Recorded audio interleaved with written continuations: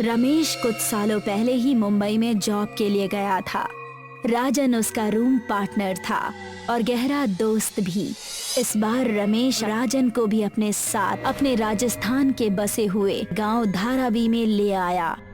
अरे यार, मुझे आए हुए 1 हफ्ता हो गया है। समझ में नहीं आता कि तू गांव में रह कैसे लेता था।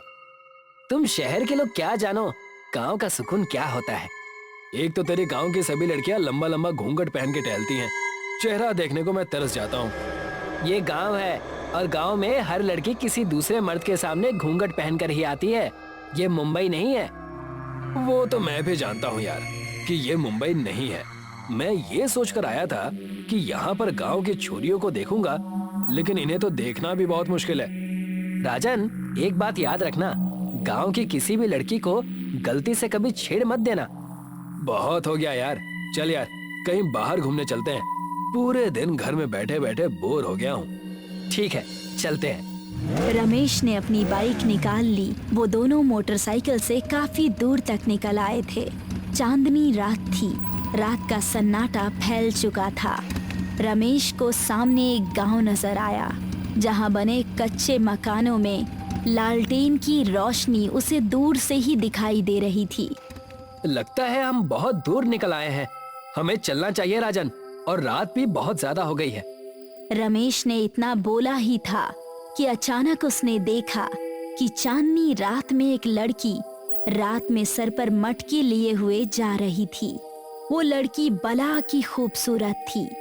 उस लड़की को देखकर रमेश का दोस्त राजन बोला, ये लड़की कौन है और इतनी रात में मटकी लिए कहाँ जा रही है?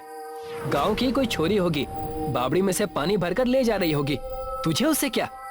मुझे बहुत प्यास लगी है, इससे थोड़ा पानी मांग लेते हैं। ये मुंबई नहीं है राजन, गांव है। बेवजह बखेड़ा खड़ा हो जाएगा। राजन को सच में बहुत प्यास लगी थी।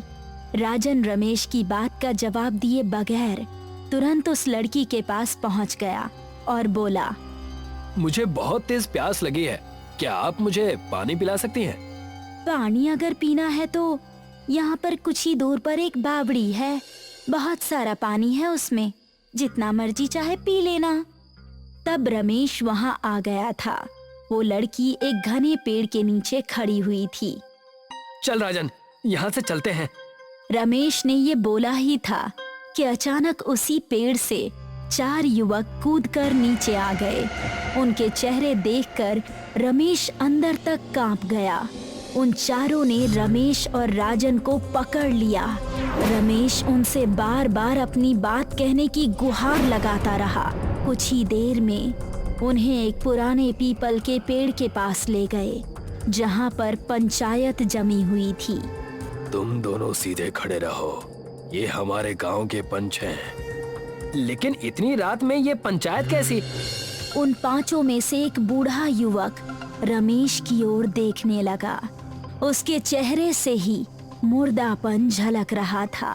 वो भारी आवाज में रमेश की ओर देखकर बोला, तुम तो गांव के ही रहने वाले लगते हो। क्या तुम्हें नहीं पता कि गांव की छोरियों की इज्जत की कीमत क्या होती है? उस बूढ़े की बात सुनकर रमेश बुरी तरह से चौंक गया। लेकिन आपको कैसे पता कि हम दोनों किसी छोरी के चक्कर में ही यहाँ बाहर घूम रहे हैं? रमेश की बात सुनकर बूढ़े के होठों पर एक रहस्यमयी और डरावनी मुस्कान आई। हमारी पंचायत में हमें पहले से ही पता लग जाता है कि कौन दोषी है और किस जुर्म से आया है। तभी उन चारों युवकों में से एक युवक भयानक आवाज में गुस्से से बोला, ये छोरा हमारे गांव की छोरी से पानी मांग रहा था। युवक की बात सुनकर उस बूढ़े के चेहरे पर बेइंतहा गुस्सा झलकने लगा। क्या इसकी इतनी हिम्मत कि ये हमारे कुलधारा गांव की छोरी से पानी मांगे? बूढ़ा रमेश की ओर देखकर बोला, और इस दूसरे लौंडे का क्या कसूर है? इसका कसूर ये है कि ये इसका दोस्त है। रमेश को अब सब कुछ बड़ा अजीब सा लगने लगा था। उसकी समझ में नहीं आ रहा था कि आखिर ये कौन सी और कैसी पंचायत है। रमेश अपनी जान छुड़ाने के लिए, देखिए, मैं धारावी गांव का रहने वाला हूँ। मैं एक अच्छे परिवार का हूँ। ये मेरा दोस्त है राजन, मुंबई में रहता है। इसे गांव के नियम और कायदे नहीं मालूम। कृपया करके इसकी गलती को भूल समझकर माफ कर दीजिए। राजन कपकपाती हुई आवाज में बोला। मुझे माफ कर दीजिए, दोबारा ऐसी गलती करने की सोचूंगा भी नहीं। राजन की बात सुनकर बूढ़े की आंखों में क्रोध झलकने लगा और वो गुस्से से बोला, ये शहर का रहने वाला लौंडा है। शहर के लोग क्या जाने गांव की छोरियों की इज्जत क्या होती है। ये पंचायत फैसला सुनाती है कि इस शहर के लौंडे ने हमारे गांव की छोरी को छेड़ा है, इसलिए इसकी आंखें गर्म सरियों से निकाल ली जाएं और इसको हमारे गांव के तहखाने में हफ्ते भर के लिए भूखा प्यासा रखा जाए। अगर ये मर जाए तो इसकी किस्मत, और अगर ये बच जाएगा तो फिर ये कभी जिंदगी में किसी छोरी से पानी नहीं मांगेगा। उस बूढ़े की बात सुनकर सभी पंच जोर जोर से उस बूढ़े की हाँ में हाँ मिलाने लगे। रमेश को पंचों का ये फैसला सुनकर चक्कर आ गया। अचानक रमेश ने देखा एक युवक दौड़ता हुआ गरम गरम लोहे की सरिया ले आया। सरिया देखकर राजन बुरी तरह से चीखने लगा। कुछ ही क्षणों में उस युवक ने राजन की आंखों में गर्म सरिया घुसेड़ दी। राजन चीखता हुआ जमीन पर गिर गया। इस लौंडे को कुलधरा गांव से बाहर निकाल दो और इसे तहखाने में बंद कर दो। रमेश को गांव से बाहर निकाल दिया।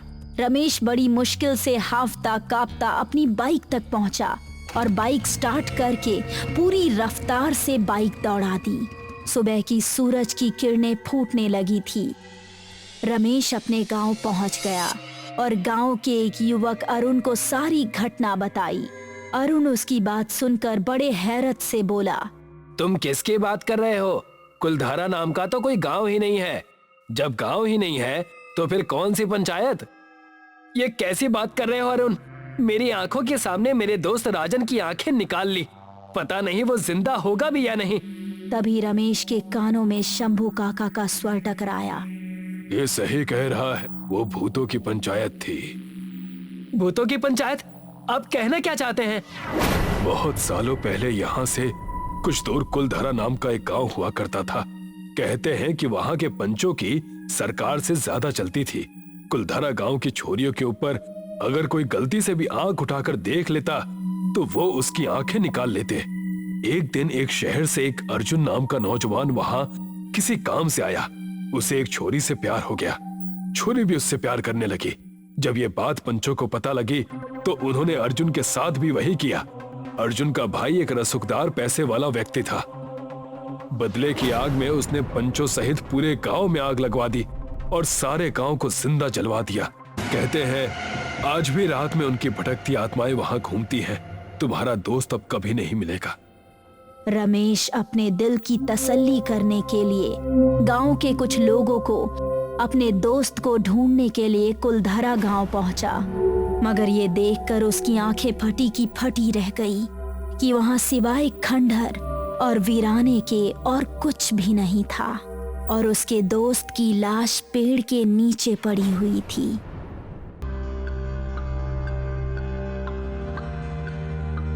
एक ऐसी कहानी जो कभी किसी ने सुनी ना हो।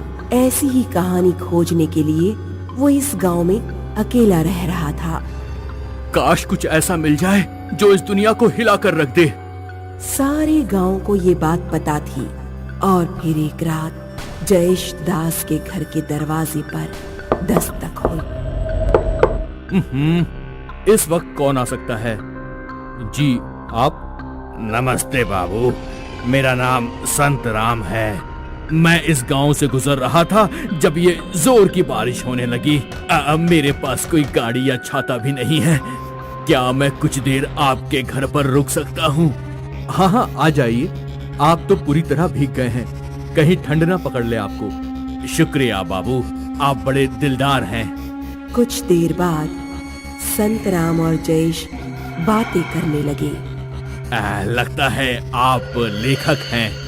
हाँ, तो क्या लिख रहे हैं आप? क्या बताऊं संतराम जी, कोई अच्छी कहानी ही नहीं मिल रही। ऐसे कैसे हो सकता है? ये गांव तो कहानियों का भंडार है। तो आप ही बता दीजिए कोई। जरूर जरूर, पर एक शर्त है। वो क्या? मैं कहानी बिना रुकावट के सुनाना चाहता हूँ। आप बीच में सवाल नहीं करेंगे और ना ही यहाँ से उतर कर कहीं जाएंगे। मंजूर है? हाँ, आखिर लेखक हूँ, कहानियों की इज्जत करना मुझे आता है। तो सुनिए फिर, बड़ी भयानक कहानी है। आशा करता हूँ आपका दिल मजबूत हो। इस गांव में करीब 30 साल पहले एक अजीब हादसा होने लगा था। बात उस सड़क की है जो इस गांव से पहाड़ियों तक जाती है। उन दिनों कई लोग जो इस सड़क से गुजरते वो लापता हो जाते। गुमशुदा लोग मर्द होते और वो भी शादीशुदा। जब करीब 20 मर्द इस तरह लापता हुए तब ये बात गांव के सरपंच की नजर में आई। हमें लगता है ये किसी जानवर का काम है, पर कोई जानवर सिर्फ हट्टे कट्टे मर्दों को क्यों ले जाएगा? सरपंच जी, मुझे लगता है कि ये किसी डाकुओं की टोली का काम है। शायद वो उन लोगों को अपने गिरोह में शामिल करने के लिए उठा ले जाना चाह रही है। हो सकता है भीमा, हमें पहरा देना होगा। तुम इस रास्ते का पहरा दो, ठीक है? जी सरपंच जी। भीमा ने उस सड़क पर पहरा बढ़ा दिया। अगले दिन वो वहां से अकेला गुजर रहा था। तभी वो क्या है?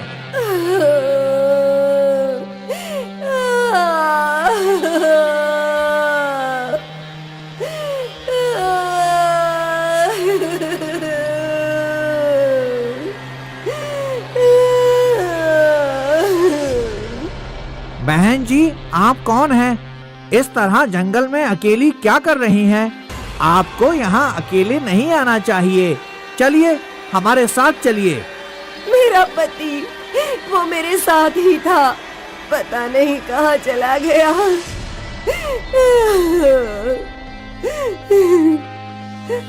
यहाँ बहुत खतरा है, पर हम आपके पति को ढूंढ लेंगे। किस तरफ गए हैं वो? आइए मेरे साथ। यहाँ है आपके पति। उसे छोड़ो, आप हो ना? ये अब क्या कर रही हैं? ये अब क्या कर रही हैं? फिक्र मत करो, मैं आपको बहुत खुश रखूंगी। ये तो भीमा की तलवार और ढाल है। शायद उन्हें कोई उठा ले गया है। हे प्रभु, अब क्या होगा इस गांव का? सरपंच ने फिर उस सड़क को बंद करने का आदेश दिया। सड़क बंद हो गई और वहां वो हादसे होने रुक गए। इस तरह लेखक जयेश दास संतराम की कहानी में बड़े मशगूल थे, पर उस वक्त खिड़की के बाहर अचानक से एक बहुत बड़े काले साए को देखकर जयेश दास दंग रह गए।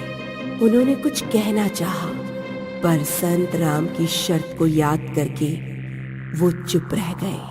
अब तो आपको पता ही चल गया होगा कि वो औरत कोई साधारण औरत नहीं थी। असल में वो औरत एक डायन थी, और डायनों में भी वो सबसे ताकतवर थी और शैतानी ताकत से भरी हुई थी। कहते हैं कि वो अपना रूप भी बदल सकती थी।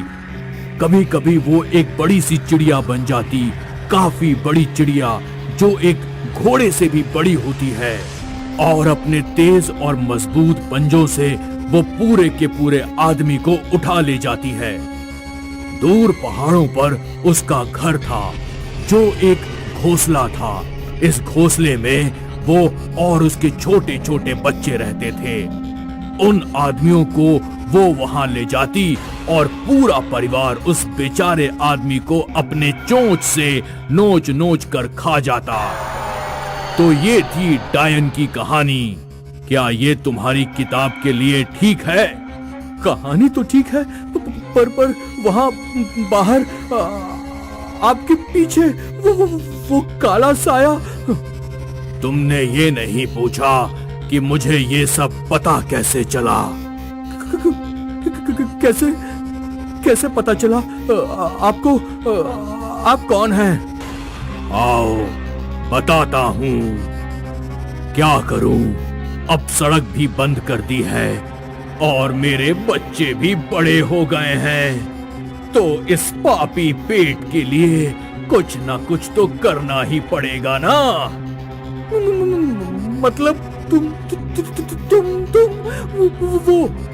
हाँ, मैंने कहा था ना कि डायन रूप बदल सकती है और वो उसका रूप ले लेती है जो उसके शिकार को सबसे ज्यादा देखना होता है। तुम्हें तो यही देखना था ना कि कोई तुम्हारी कहानी सुनाने वाला तुम्हें मिल जाए, तो कहो कैसी लगी कहानी। नहीं नहीं नहीं नहीं नहीं नहीं नहीं नहीं नहीं नहीं नहीं नहीं। और डायन के परिवार ने एक और शिकार बना लिया। जयेश दास ने एक अद्भुत कहानी तो सुनी, पर वो उसे कभी लिख नहीं पाया। ये उन दिनों की बात है जब कुमार एक आईटी कंपनी में काम किया करता था। उसी आईटी कंपनी में उसकी गर्लफ्रेंड कविता भी काम किया करती थी। एक दिन की बात है। यार कविता, तू आ रही है ना? कहाँ? निखिल की पार्टी में। और कहाँ? पर वो पार्टी तो शहर के बाहर होने वाली है ना। हाँ। नहीं, मैं नहीं आ सकती। तू तो मेरी फैमिली के बारे में जानता ही है ना, खा जाएंगी मेरी माँ मुझे। कोई बहाना देकर आ। अब कोई और बहाना दिया तो माँ घर से निकलना बंद कर देंगी। तो तू नहीं आएगी? मैं भी सोचता हूँ फिर जाऊँ या नहीं। कुमार ने पार्टी में नहीं जाने का मन बना लिया था। जब वो उस दिन घर के लिए निकल ही रहा था कि निखिल उसके पास आया। यार तू कल आ रहा है ना? वो मैं सोच रहा था, तेरे बिना मेरी पार्टी सूनी रह जाएगी। अब एंड मोमेंट पे टांग मत दे यार। कुमार ने कुछ सोचा। चल ठीक है, आ ही जाता हूँ। वैसे भी काफी समय से कोई पार्टी अटेंड नहीं की है। ये हुई ना बात। कुमार अपने घर के लिए निकल गया। अगले दिन ऑफिस के बाद कुमार एक और कलीग को अपनी बाइक पे बिठाकर निखिल की पार्टी के लिए निकल गया। रास्ता काफी लंबा था, पर वो दोनों बातें कर रहे थे, इसलिए कुमार को पता नहीं चला। पार्टी के वेन्यू पर पहुंचकर सभी ने काफी एंजॉय किया। रात के लगभग 1 बजे होंगे जब कुमार ने घर लौटने का सोचा। उसके सारे कलीग्स वहीं पीकर टुन थे। चल मैं घर निकलता हूँ, कल ऑफिस में मिलेंगे। हाँ संभल के जाना। कुमार वहाँ से अकेला निकल गया। उस रात बहुत अंधेरा था। लगता है आज अमावस है। कुमार अपनी बाइक चला ही रहा था कि एक सुनसान रास्ते पे उसे एक औरत खड़ी दिखाई दी। कुमार असमंजस में था कि उसे बाइक रोकनी चाहिए या नहीं। शायद उस औरत को मदद की जरूरत हो। ये सोचकर कुमार ने बाइक रोक दी। हेलो मैडम, आपको कोई मदद चाहिए?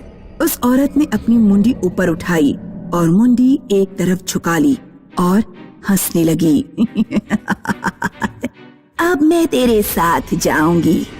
मैं अकेली थी यहाँ, अब तेरे साथ जाऊंगी। वो औरत एक चुड़ैल में बदल गई और जोर जोर से हंसने लगी। ये सब देख कुमार की हालत खराब हो गई। उसके पसीने छूटने लगे। उसने झट से अपनी गाड़ी शुरू कर दी और डर के वहाँ से भागने लगा। जय हनुमान ज्ञान गुण सागर, जय कपीस तिहु लोक उजागर। कुमार बाइक चलाते चलाते डर रहा था और साथ ही हनुमान चालीसा पढ़ता जा रहा था। उसका सारा नशा उतर चुका था। जब उसने मिरर में देखा तो उसे वो चुड़ैल नजर आ रही थी। वो और तेजी से बाइक चलाने लगा। बाइक चलाकर वो सीधे अपने घर पहुंचा और उसने अपने आप को रूम में बंद कर लिया और फिर वो बिस्तर में घुस गया। जय हनुमान ज्ञान गुण सागर, जय कपीस तिहु लोक उजागर। ऐसा करते करते कब उसे नींद आ गई उसे समझ नहीं आया। अगली सुबह उसकी माँ रूम का दरवाजा खटखटा रही थी। अरे बेटा, देर हो गई है, ऑफिस नहीं जाना है क्या? माँ की आवाज से कुमार उठा और उसने जैसे ही दरवाजा खुला उसे माँ में वो चुड़ैल दिख रही थी। वो वापस डर गया। चली जा यहाँ से। कौन है तू? मेरे पीछे क्यों है? मैं तेरी माँ हूँ। कुमार की यह हालत देखकर उसकी माँ ने उसके पिता को आवाज लगाई। अजी सुनिए, देखिए कुमार को क्या हो गया है। जब उसके पिता वहाँ आए तो वो भी हैरान थे कि कुमार ऐसी अजीबोगरीब हरकतें क्यों कर रहा है। कुमार अपनी माँ को देखकर चली जा कह रहा था। तुम जाओ, और डॉक्टर को कॉल करो। जैसे ही उसकी माँ वहाँ से गई तो कुमार शांत हो गया। कुछ देर बाद डॉक्टर वहाँ आए और कुमार ने उन्हें रात की सारी घटना बताई। मुझे लगता है कल इसे शराब के नशे में भ्रम हुआ था और वो भ्रम इसके दिमाग में डर बनकर बैठ गया है। इसे साइकियाट्रिस्ट की जरूरत है। ठीक है, आप किसी साइकियाट्रिस्ट को रिकमेंड कर दीजिए, बस हमारा बेटा जल्दी से जल्दी ठीक हो जाए। जब भी कुमार की माँ उसके सामने आती, कुमार को उनमें वो चुड़ैल दिखाई देती और वो चीखने चिल्लाने लगता। कुमार का ऑफिस जाना भी बंद हो गया था। कुमार ने अपने आप को उस कमरे में बंद कर लिया था।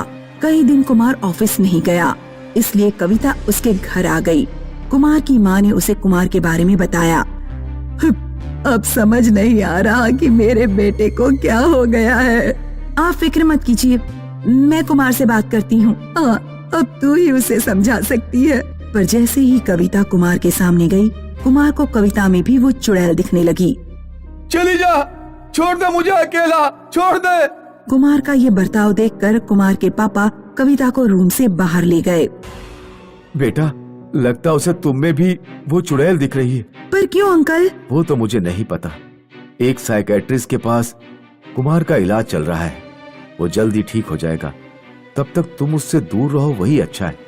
मुझे लगता है कि जो कुमार बोल रहा है वो सच है। क्या मतलब? हो सकता है वो चुड़ैल सच में यहाँ हो और बस कुमार को ही दिख रही हो। ये कैसे हो सकता है? हो सकता है चुड़ैल जिसको पकड़ लेती है बस उसी को दिखती है। मैं नहीं चाहती कि वो चुड़ैल मेरे बेटे को नुकसान पहुंचाए, इसीलिए हमें इसे पीर बाबा को दिखाना होगा जल्द से जल्द। जैसी आपकी मर्जी। अगली शाम कुमार के माता पिता पीर बाबा के पास जाने के लिए तैयार हुए। उसकी माँ परेशान थी कि कुमार घर पर अकेले कैसे रहेगा। आप जाके कुमार से बात कीजिए। बेटा कुमार, हम तुम्हारा इस चुड़ैल से पीछा छुड़ाने के लिए ही पीर बाबा के पास जा रहे हैं। शायद वो हमें कोई ताबीज वगैरह दें, पर तब तक तुम घर में अकेले रह पाओगे? हाँ पापा, पर आप कोई उपाय ढूंढ ही लाना। हाँ, उम्मीद तो है। चलो हम चलते हैं, तुम ख्याल रखना। खाना बाहर डिनर टेबल पर रखा है। जी पापा। कुमार के माता पिता उसे अकेले घर में छोड़कर चले गए। सूर्यास्त हुआ और अचानक कुमार को घुंघरुओं की आवाज सुनाई देने लगी। वो डर गया। जब उसका ध्यान शीशे पर पड़ा तो उसने देखा कि वो चुड़ैल शीशे में ही थी। कहाँ भाग रहा है? मैंने कहा था अब से मैं तेरे साथ ही रहूंगी। नहीं, माँ पापा कुछ ना कुछ जरूर करेंगे। वो चुड़ैल शीशे से बाहर निकली। मेरे पास मत आओ, मैं बोल रहा हूँ, मेरे पास मत आओ। कुमार डरते हुए सीढ़ियाँ चढ़ने लगा। अब कुमार और चुड़ैल दोनों छत पर थे। दूर जा, मुझसे दूर जा। वो चुड़ैल हंसते हुए कुमार के पीछे आ रही थी। कुमार डरा हुआ था, उसने पीछे देखा नहीं। उसका पैर फिसला और वो छत से गिरकर मर गया। कुमार की आंखों में डर था और वो चुड़ैल छत पर खड़े रहकर हंसी जा रही थी। बहुत पुरानी बात है। राजपुर गांव में एक बहुत बड़ा तालाब था। उस तालाब के किनारे ही एक बरगद का पेड़ था। गांव की सभी स्त्रियां त्योहारों पर खूब सज धज कर उस पेड़ की पूजा करती थीं। गांव में ये मान्यता थी कि बरगद बाबा सभी की मनोकामना पूरी करते हैं। पूजा में पूरी, गुलगुले, हलवा और खीर चढ़ाया करती थीं। उसी पेड़ से कुछ ही दूरी पर एक बांस का झुरमुट था जिसमें एक सिरकटा भूत रहता था। वो सन्नाटा होते ही बांस के झुरमुट से निकलकर आने जाने वाले लोगों को बहुत परेशान करता था। उसके डर की वजह से कोई उधर अकेले नहीं जाता था। अगर गलती से भी कोई चला जाता तो वहाँ बेहोशी की अवस्था में ही पाया जाता। ये गांव की औरतें बरगद के पेड़ की पूजा करती हैं और इतने अच्छे अच्छे पकवान चढ़ाती हैं, मुझे कभी कोई नहीं पूछता। बरगद पर चढ़ाई जाने वाली सारी चीजें देखकर उसे बहुत गुस्सा आता था। उसकी भी इच्छा होती थी कि लोग उसकी भी पूजा करें, लेकिन उसकी हरकतों से सब लोग उस बांस के झुरमुट के पास भटकते भी नहीं थे। एक बार बंसी नाम का एक किसान शहर से एक गाय खरीद कर ला रहा था, परंतु उसे गांव पहुंचते पहुंचते बहुत रात हो गई। अब क्या करूं? वो सिरकटा भूत तो मेरा रास्ता जरूर रोकेगा। आज तो बड़ी अच्छी दावत उड़ाऊंगा मैं। बंसी जैसे ही आगे बढ़ा तभी उसने देखा कि गाय आगे बढ़ नहीं रही है। वो उसको कितना भी हाँकने की कोशिश करता, वो अपनी जगह से टस से मस नहीं हुई, बल्कि थोड़ी थोड़ी देर में वो उछलने लगती। हे भगवान, बड़ी मुश्किल से गाय खरीद कर लाया था। अगर इसे छोड़कर जाता हूँ तो वो सिरकटा भूत इसे भी नहीं छोड़ेगा। तब तक उसने देखा कि गाय घूमकर उस तालाब की तरफ जाने लगी। अरे बाप रे, लगता है वो दुष्ट मेरी गाय को हाँक कर ले जा रहा है। बंसी दौड़ता हुआ अपनी गाय के पीछे पीछे भागने लगा, लेकिन तभी उसे ठोकर लगी और वो मुंह के बल गिर पड़ा। तभी उसे लगा कि किसी की मजबूत बाहों ने उसे सहारा देकर उठा लिया।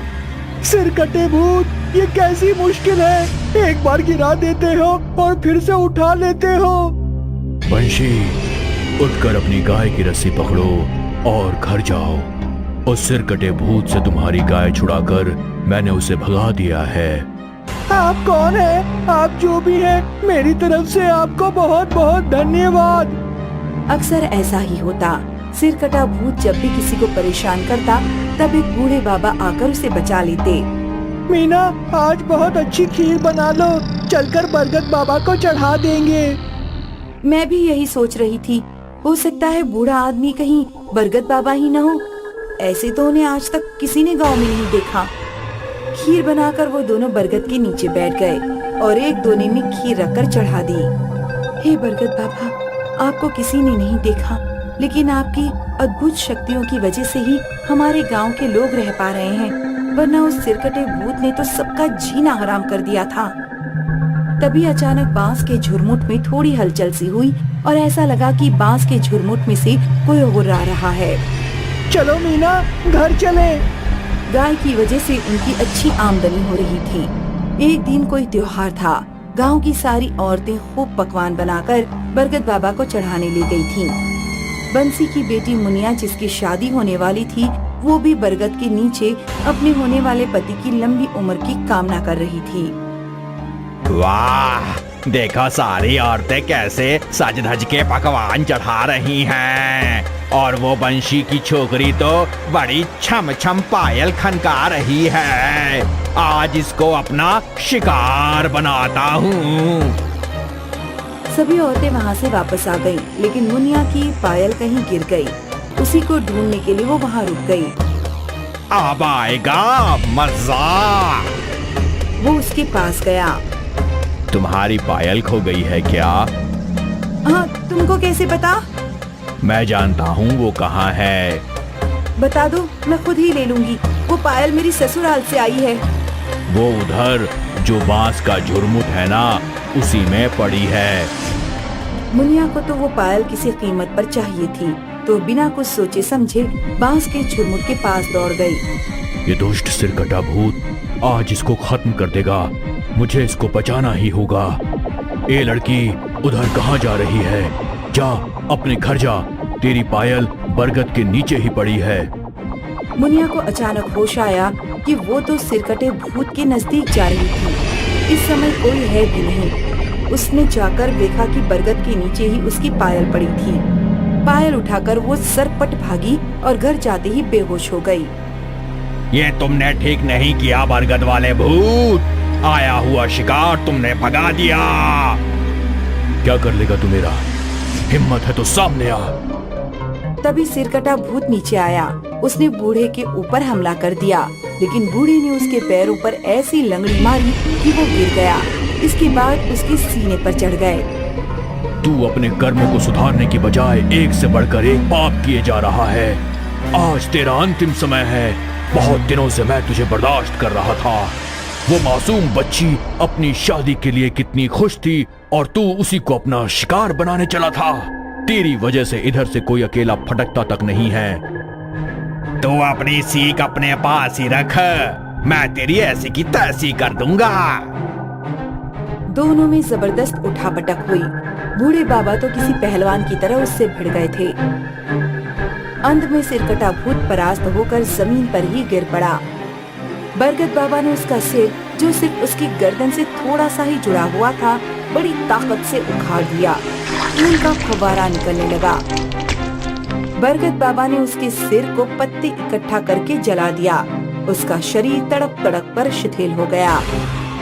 अरे हरिहर भैया, ये देखो, यहाँ किसी का धड़ पड़ा है। लगता है इसका सिर काटकर किसी ने जला दिया है।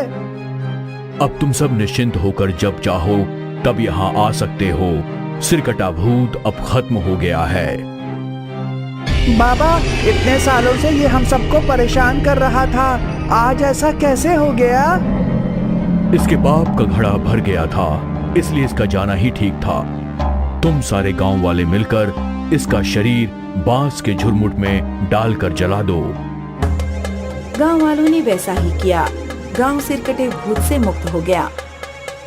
मुनिया को जब होश आया तब उसने माँ से कल उसके साथ हुई सारी घटना बताई।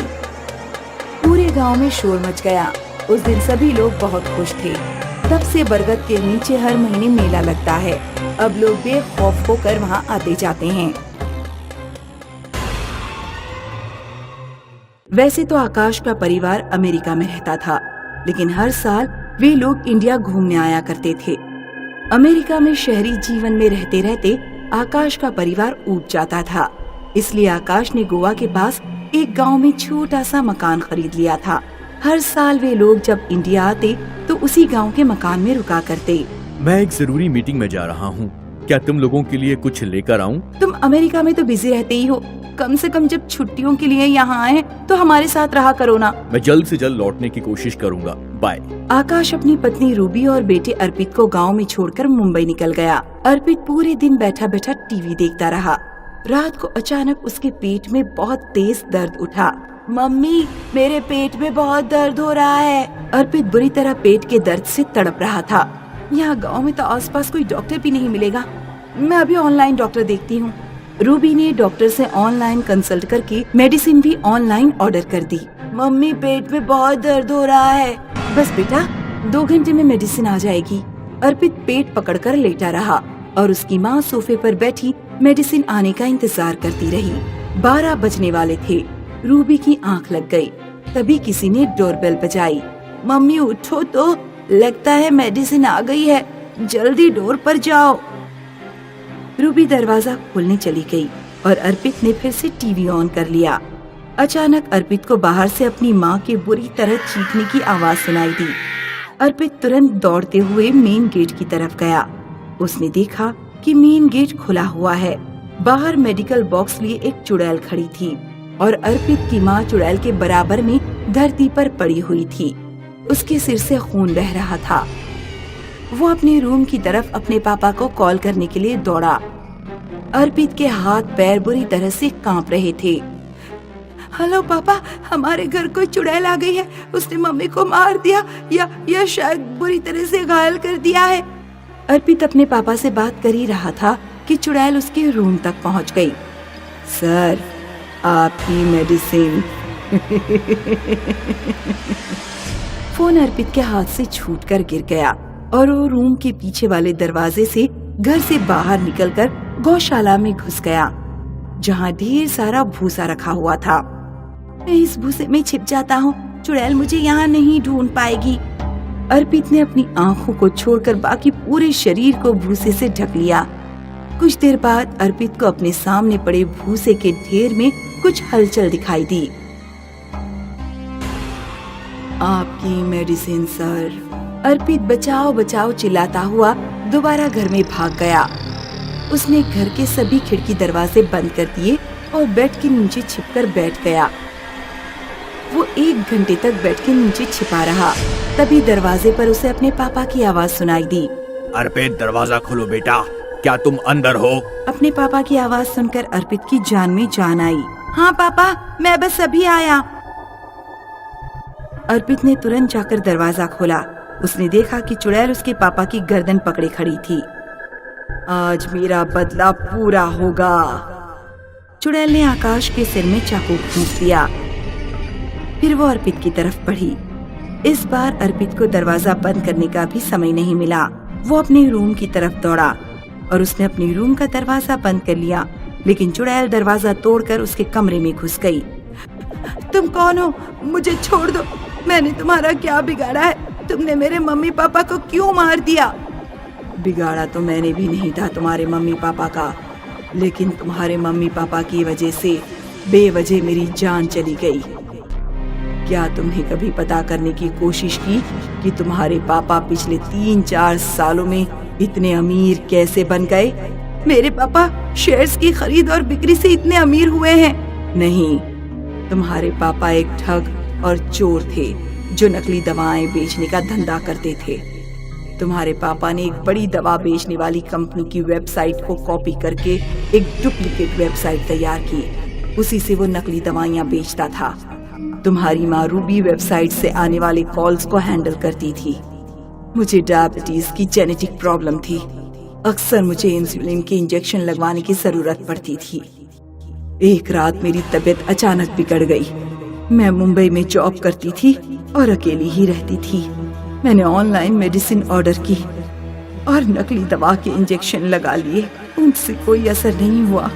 सुबह तक मेरे कुछ दोस्त मेरे रूम पर पहुंचे। तब तक मेरी जान जा चुकी थी। वे मुझे हॉस्पिटल लेकर पहुंचे तो डॉक्टर ने कहा कि अगर सही समय से मुझे मेडिसिन मिल जाती तो मेरी जान बच सकती थी। तुमने मेरा कुछ नहीं बिगाड़ा है, इसलिए तुम्हें छोड़ रही हूँ और उम्मीद करती हूँ कि तुम अपने पिता जैसे काम नहीं करोगे। इतना कहकर चुड़ैल गायब हो गई। कुछ सालों बाद जब अर्पित समझदार हो गया तो उसने अपने मम्मी पापा की प्रॉपर्टी बेचकर सारे पैसे एक चैरिटी हॉस्पिटल को दे दिए।